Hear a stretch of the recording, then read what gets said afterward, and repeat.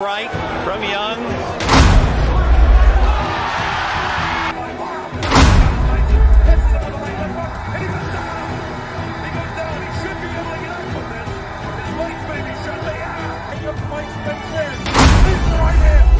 Go. 他是拳击的最佳代名词，一双铁拳打出了属于自己的神话，极度疯狂，赐予对手最难忘的失利。他的职业生涯让人又爱又恨，简单粗暴的风格让人记忆犹新，但却因生活中的那些琐事儿而大大减少了生涯的寿命。拳迷总是遗憾地说，如果他能自律一些，如果他能再多打几年，那该有多好。甚至时至今日，人们提起他也总会不禁的感慨，泰森之后再无拳王。在泰森出道之前，几乎没有人相信一个178公分的小个子能在巨人林立的重量级掀出什么样的惊涛骇浪。但是这个老人却一语成谶，你们不要小看了泰森，他将会是未来最可怕的拳王。是的，命运现我一摇火，但我偏要生出火中莲花。力量、速度、灵活，还有猛虎出笼的攻击性，让泰森在野兽横行的重量级战场成为了人人畏惧的王中之王，也亲手绘制出一幅拳击图腾。本期视频将会带你欣赏铁人泰森载入史册的终结 KO。1985年3月6日，年满18岁的小泰森已经是摩拳擦掌、饥渴难耐，终于等到了职业生涯的首秀。泰森没有任何废话，朝着对手就是砍瓜切菜，无比熟练的勾拳连击，打了对手毫无还手之力，最终无心再战的对手只能用单腿跪地的方式来结束这场该死的战斗。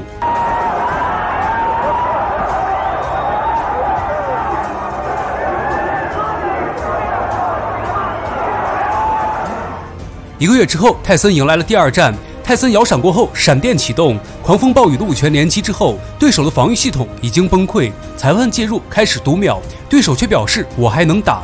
但这句话刚刚说完，就被泰森的表现当场打脸。只见泰森躲过刺拳之后，像一个灵活的刺客，一记左手勾拳再次放倒。裁判再问对手还能战否，对手再次表示毫無壓力，但等待他的却是泰森冰冷的铁拳。I don't think with all that power he would have been world champion.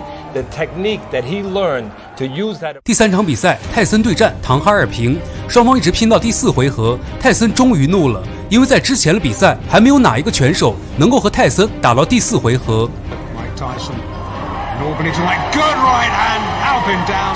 对手不服，表示再战，但是接下来的比赛已是徒劳。Early in the fourth, can Tyson finish this? I think so. I think so. That's enough. Now that last right-hander. 第4场比赛，泰森对战里卡多，西班牙。他是第一个检验泰森硬度的对手，凭借着自己强壮的身体素质，一开场就想用身体硬吃泰森。正所谓人外有人，天外有天。很显然，他严重低估了泰森的硬度。And now Joe O'Neill's going to make the decision if he's going to let Spain continue. And here comes Tyson again. He got him with the left hand, and he's out of here. It is over as Spain is down, and the left hand was the one that finally finished him off. After a quick right-left combination from Tyson, Ricky Spain. 第5场比赛，泰森对战迈克尔·约翰逊。他巨人般的身体高度也让泰森在他面前像一个尚未毕业的小学生，但刚一开场，小学生就用粗暴的拳头对高中生发起了猛攻。泰森用强有力的拳头丈量了自己和对手的距离，紧跟着摇闪后的击斧爆杆，让这位巨人生不如死。I'm glad you pointed it out because down he goes, the left hook. 约翰逊强撑着继续比赛，但是这个错误的决定看似坚毅，实则多余。他甚至没有来得及出拳，就被泰森的重拳一击必杀，也打碎了约翰逊的一颗门牙。 23-pound weight advantage, and he put it all there. The right to the head, and it's all over. Goodbye. I hope he's not hurt because that was a brutal, wide-open punch. He did not have his guard up, and Mike Tyson just Michael Jack Johnson. 第6场比赛，泰森对战唐尼朗。一眨眼，泰森进入职业拳坛已经过去了半年之久，也打出了8战全胜的战绩。但眼前这个爆炸头却对泰森是满脸的不屑，自己打了4年职业，战绩比泰森更加耀眼，收拾泰森只是手拿把掐的事儿。开局短短几秒钟，泰森就把进攻的怒火烧在了对手的脸上。唐尼朗赛前的挑衅有多狂，在这场比赛中输了就有多惨。第2次击倒。第3次击倒，泰森就像虐小鸡一样，用坦克进攻般的强硬风格打了唐尼朗是心服口服，也彻底闭上了那张臭嘴。第7场比赛，泰森对战罗伯特·科莱。泰森率先发起了进攻，近距离重拳对轰，也让对手感到极其难受，只能通过搂抱的方式来缓解攻势。但对手的每次挥拳，在泰森的眼里只不过是些慢动作重播。在摇闪躲过重拳之后，泰森打出了一记左手勾拳。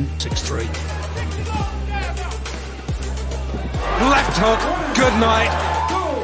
What a great shot. There's a mandatory 8. They keep wheeling him out. He keeps knocking him over. 比赛只用了37秒，泰森甚至还没有来得及热身，就拿着奖金收工回家。第8场比赛，泰森对战本杰明。首回合的比赛中，泰森用粗壮的手臂丈量着和对手的距离，随后左摇右闪，快速近身，轻描淡写的一记左手勾拳，对手就双腿一软，坐在了地上。裁判在读秒之后，双方的战斗再次启动。泰森蹦蹦跳跳，快速突进，朝着本杰明足足打了12拳。对手除了防守别无选择，最终还是被攻破了防守大门。整场比赛只用了54秒。Make the bell. Somehow, I just kind of doubt it. There's only so much punishment anybody can take. That is the limit. 年轻时的泰森速战速决的比赛风格，让他完全不需要休息。这场比赛刚刚结束12天，又立马安排了下一场比赛。此战泰森对战理查森，这又是一个重量级巨人，但泰森却根本没有放在眼里。回合开始就是一次重拳击倒。接下来对手心态崩溃，面对泰森野兽般的猛扑，他退无可退，只能用上了搂抱战术。但是这些小动作就能阻止泰森的进攻吗？泰森一个弯腰骗过了对手，在起身后的泰森就像手握一颗炸弹，行云流水般丢出了炸弹，对手整个身体飞出了数米远。77秒结束战斗，泰森也吓坏了，一路小跑过去搀扶起了对手。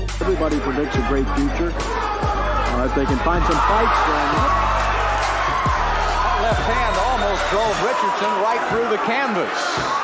He not only knocked him down, but he... 第10场比赛，这是泰森所有对手里身材最高的对手之一，196公分的身高，足足比泰森高出了18公分。虽然占据了绝对的优势，但是在泰森面前也只敢绕着走。泰森也渐渐地发现，强大的身材也只是外强中干。于是泰森决定出手，把对手逼到角落之后，用2记连续勾拳结束了比赛。对手再起身时，满脸是血的狰狞面孔，就足以证明泰森的铁拳有多可怕。第11场比赛，泰森对战马克扬。他是泰森早期对手当中为数不多敢硬刚泰森的拳手。你说泰森已经足够骁勇，但这家伙竟然比泰森更加凶悍。一开场既分高下，也决生死，提着双拳向泰森发起了强攻。即便是强如泰森，此刻也不得不避其锋芒。但是拳击手拼的不单单是看谁更勇猛。几次正面交锋过后，泰森已经摸清了对手的拳路。泰森在晃过对手之后，迅速调整了身体的转向，这就是速度上的绝对碾压。马克扬显然是慢了一拍，当他转过身时，等待他的只有泰森冰冷的铁拳。0点几秒的反应差距，就能让拳击手死无葬身之地。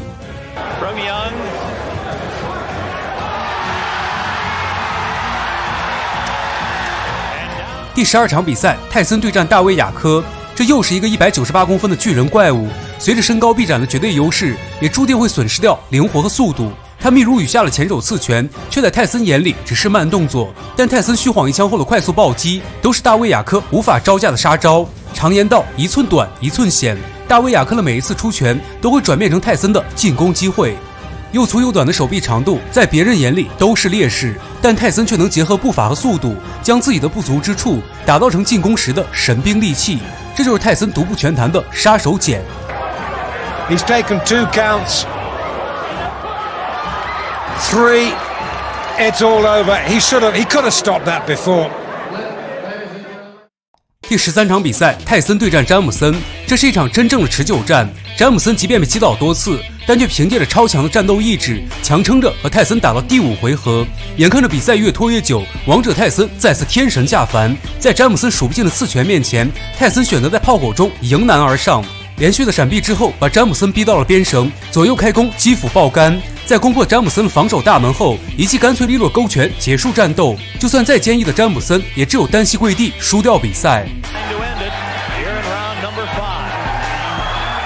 Jameson Tyson is doing at this point what I think he should have been doing from the first go. He just took a right hand to the head. Down to one knee. Jameson, Joe Cortez, the referee with a...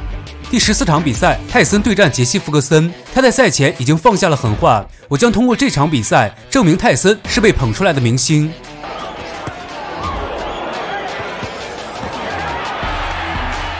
或许弗格森是有实力，在此之前打出了14胜1负的成绩，但曾经的那些辉煌在本场比赛中不值一提。本以为会是一场势均力敌，但却变成了一场单方面碾压。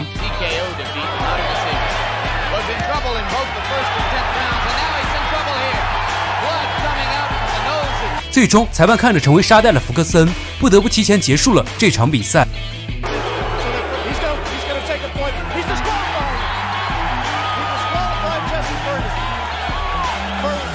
第15场比赛，泰森对阵雷吉格罗斯，对手身高193公分，臂展193公分。此战注定是一场长枪和短刀的比拼。格罗斯一边游走一边打出刺拳，而臂展吃亏的泰森却将闪避属性点到满格。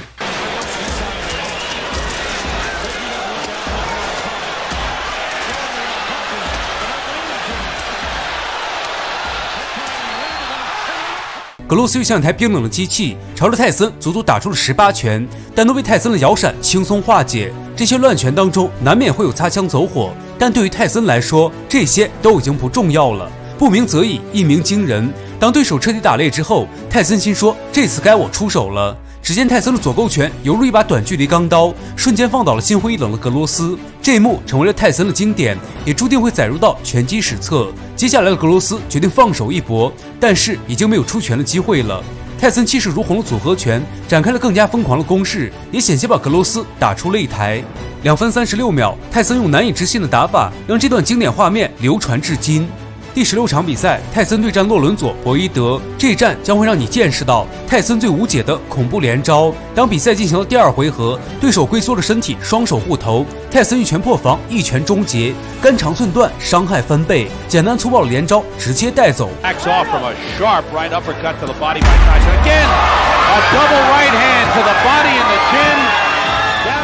第17场比赛，泰森对战马维斯·弗雷泽，他是根红苗正的拳二代，老爹是大名鼎鼎的乔·弗雷泽，也是这个世界上第一位终结阿里的拳手。正所谓老子英雄儿好汉，此时的小弗雷泽已经在拳坛小有名气，职业战绩16胜1负，所以在小弗雷泽的眼里，自己才是拳击的正统传人，而泰森只是出身草莽的杂牌军。但就是高傲的贵族姿态，也将自己的职业生涯彻底断送。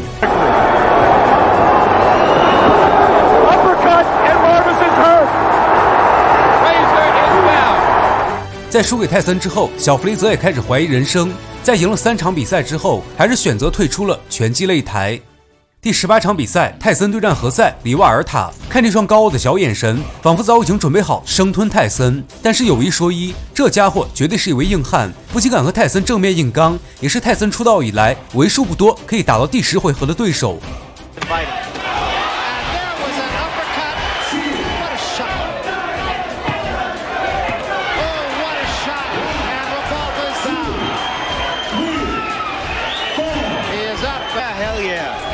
That's a fighter. And that's it. I want to say that there's no way Revolta could win the fight, but I think the official was wrong for stopping it. He had come back from those punches before. There's no reason to believe that he couldn't have survived that. 第19场比赛，泰森对战阿方索·拉特利夫。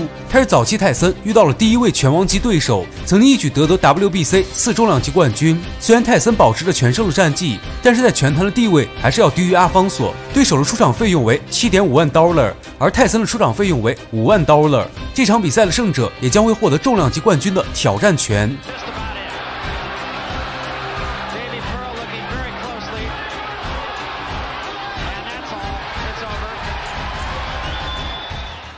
泰森经过27场的应战之后，俨然已经进化成了钢铁麦克。此时的泰森犹如天神下凡，横扫了之前遇到了所有对手。接下来至关重要的一战，也将开启属于自己的时代。此战的对手叫做博比克，在曾经的一场比赛当中，战胜了泰森的老大哥穆罕默德·阿里。此时处于巅峰期的泰森，也想亲手领教一下他的拳法。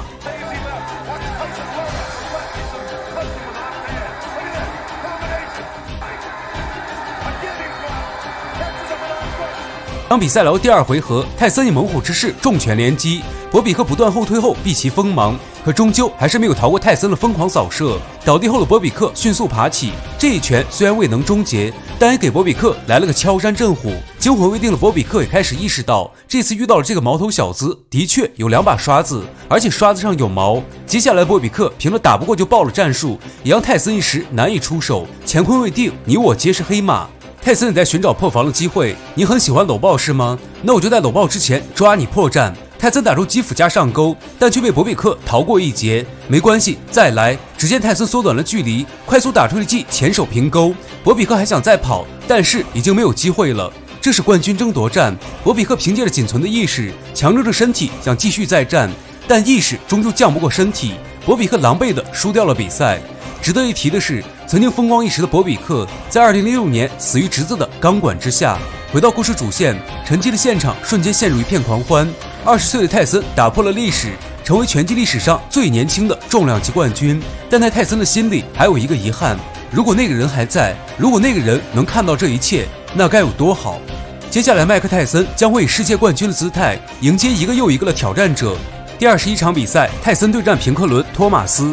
此时托马斯战绩不俗，29胜1负1平。他也是曾经 WBC 重量级冠军，而这次卷土重来的目的只有一个，那就是重新夺回曾经丢掉的冠军腰带。但是当双方打到第6回合，随着泰森的一发重拳命中，托马斯开始逐渐失去了反抗。泰森再拔利刃，疯狂虐杀了绝命勾拳，俨然成了托马斯眼中的死神镰刀。最终托马斯再无招架之力，躺在地上仰望星辰大海。对他来说，这样结束或许也是一种解脱。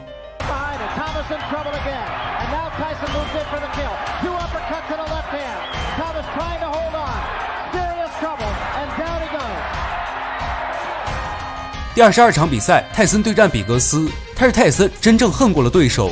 泰森曾经在节目中谈到，我从来没有恨过任何人，我打比赛只是为了胜利，不会针对任何人，但比格斯是个例外。其实泰森和比格斯之间的恩怨要从业余时期说起，当时的双方都是美国队拳手，比格斯甚至被称为金童，双方都是91公斤级以上拳手。但是为了给比格斯让路，拳击队要求泰森降到91公斤级，但是在预选赛中，泰森就输给了蒂尔曼，曾经追求的奥运梦也随着失利而破灭。因为落选的事儿，比格斯可没少嘲笑泰森。当此战进行了第7回合，泰森也终于下定决心，就在这一轮斩杀比格斯。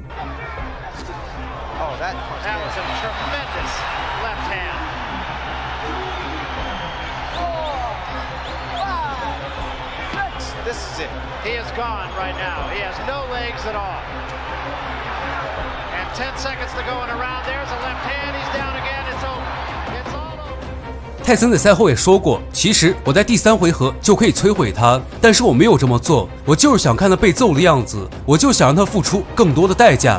第23场比赛，泰森对战霍姆斯。这场比赛开始之前，拳王阿里亲临比赛现场，并在泰森的耳边说：“请记住你的承诺。”原来阿里在职业末期曾输给了自己的陪练霍姆斯，当时还未成年的小泰森在看到这场比赛后极其难过，并且对阿里说：“以后我一定会替你报仇。”好了，话不多说，进入比赛。当双方打到第4回合，39岁的霍姆斯一改常态，朝着泰森发起了猛攻。只可惜那晚的泰森实在太强，霍姆斯连续2次被打到读秒。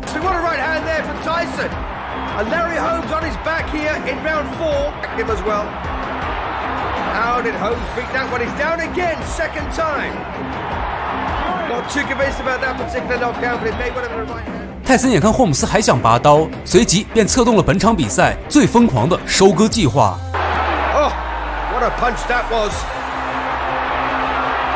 Oh, he's got again, and the legs absolutely collapsed underneath him. So Larry Holmes had absolutely flattened him in the 4th round. 被击倒后的霍姆斯呼吸困难，裁判连忙在他口中取出了牙套。泰森也完成了曾经对阿里的承诺。第24场比赛，泰森对战托尼·塔布斯。这一年，泰森首次前往日本，但需要注意的是，这次的日本之行和之后对战道格拉斯时不一样。这次泰森带着老婆一起，完全没有时间品尝日本风情，更没有与一敌4，连夜对付4名女服务员。I couldn't tell what other punch hurt. Tubbs is hurt. Tubbs is hurt badly.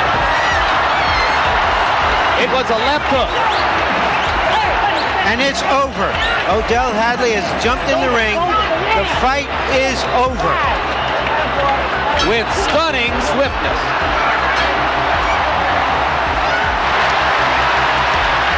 And the fans are enjoying. 第25场比赛，泰森对战斯平克斯。他曾2次击败霍姆斯，也是入选名人堂的传奇拳王。在遇到泰森之前，31战全胜，无人可敌，也是当时唯一一位被外界认为可以威胁泰森的拳手。甚至在比赛的当晚，拳王阿里和川普都来到现场，就是为了见证这场旷世对决。可这场比赛的结果却让所有人大跌眼镜。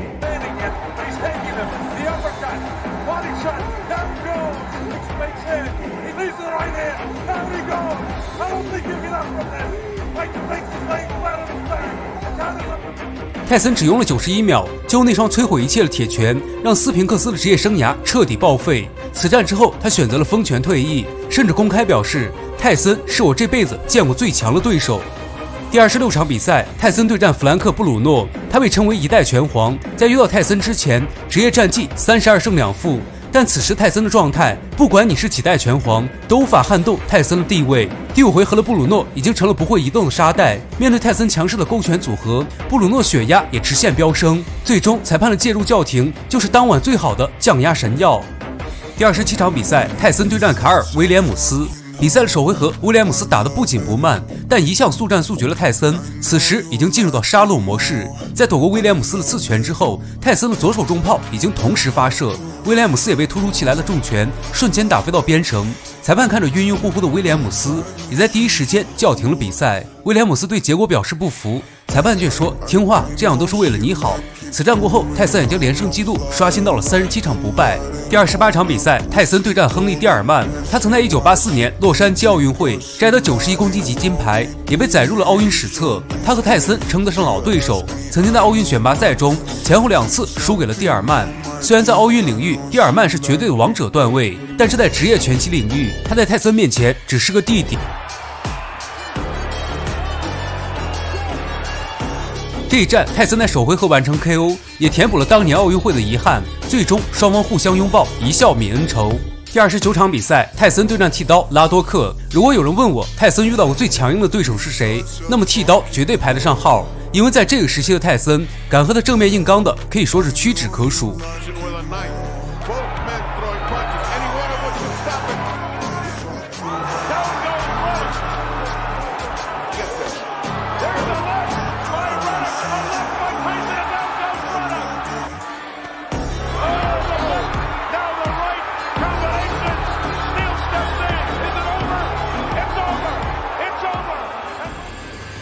第30场比赛，泰森对战麦克尼利，这是泰森出狱后的首场比赛。麦克尼利对泰森的不屑已经全部写在了脸上，他也把这场对战泰森当做杀鸡儆猴的成名之战，一边是风头正盛的后起之秀，一边是刑满释放的最强王者。所有拳迷都想知道，经过3年牢狱的泰森，这一次的王者归来究竟还剩下多少战斗力？比赛开始，对手就扑向了泰森，在一波粗暴的拼拳过后，对手被击倒在地，但很快他就爬了起来，并跑到泰森面前进行挑衅。接下来又是第2波进攻，不得不说这小子是个人才，就连泰森也被他打得连连后退。但泰森终究是经验老道，迅速在换拳过程中稳住了局面。这是一轮硬度的测试，但泰森的进攻风暴已经再度兵临城下，最终用熟悉的勾拳重炮打跪了不知天高地厚的年轻人。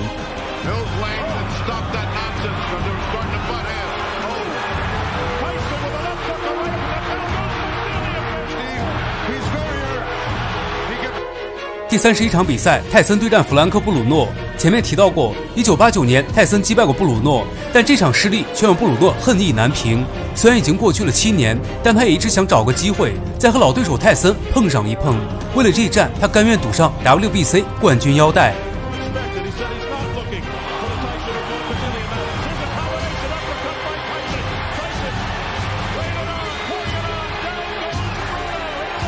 布鲁诺输了，不仅被打烂了眉弓，还交出了 WBC 冠军腰带，甚至还带着遗憾退隐江湖。第32场比赛，泰森对战布鲁斯·谢顿。出狱后的泰森一心想重拾当年的辉煌，刚刚成为 WBC 冠军之后，就立马约战了当时的 WBA 冠军。比赛开始，泰森的霸气不减当年，百万雄师般的大军压境，也让对手不自觉地向后撤退。泰森前手侧锯，后手重炮，对手失去平衡后趴在了地上。看过前面的比赛都知道，一旦被泰森击倒过一次，后面等待他的将是再次击毙。果不其然，泰森晃过对手后的死亡勾拳，也敲响了比赛的结束铃声。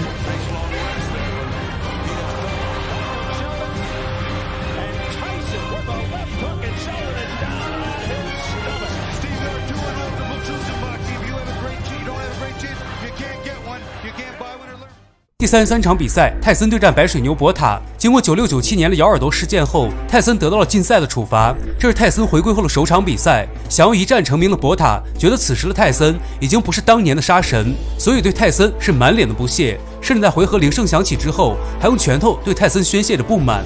这一拳险些引发了一场世界大战，若不是裁判的及时控场，差点就转播到中央7台。比赛进行到第5回合，两位超级重炮手同时挥拳，博塔选择了击斧，泰森选择了爆头。结果这头白水牛轰然倒地，想要爬起来继续再战，但却失去重心，栽倒在边绳。泰森也在第一时间上去搀扶，这就是泰森的风格。尽管之前有种种的矛盾，但他的本质却是善良的。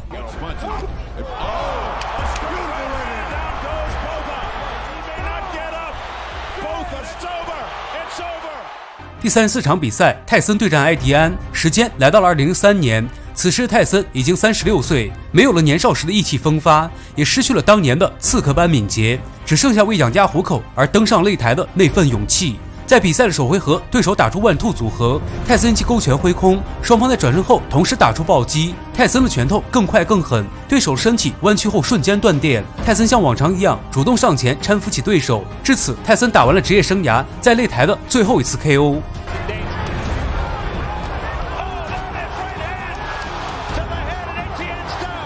青春易逝，韶华易老。从鲜衣怒马的翩翩少年，到为家庭而战的暮年大叔，曾经浑身傲骨的一代传奇，最终还是向现实低了头。漫长的20年职业生涯，也在弹指一挥间度过。曾经那些热血沸腾的经典画面，也成为了拳迷最刻骨铭心的回忆。从泰森退出了那一刻起，人们总会时不时的感叹：泰森之后再无拳王。关注格斗大视野，带你看更多精彩比赛。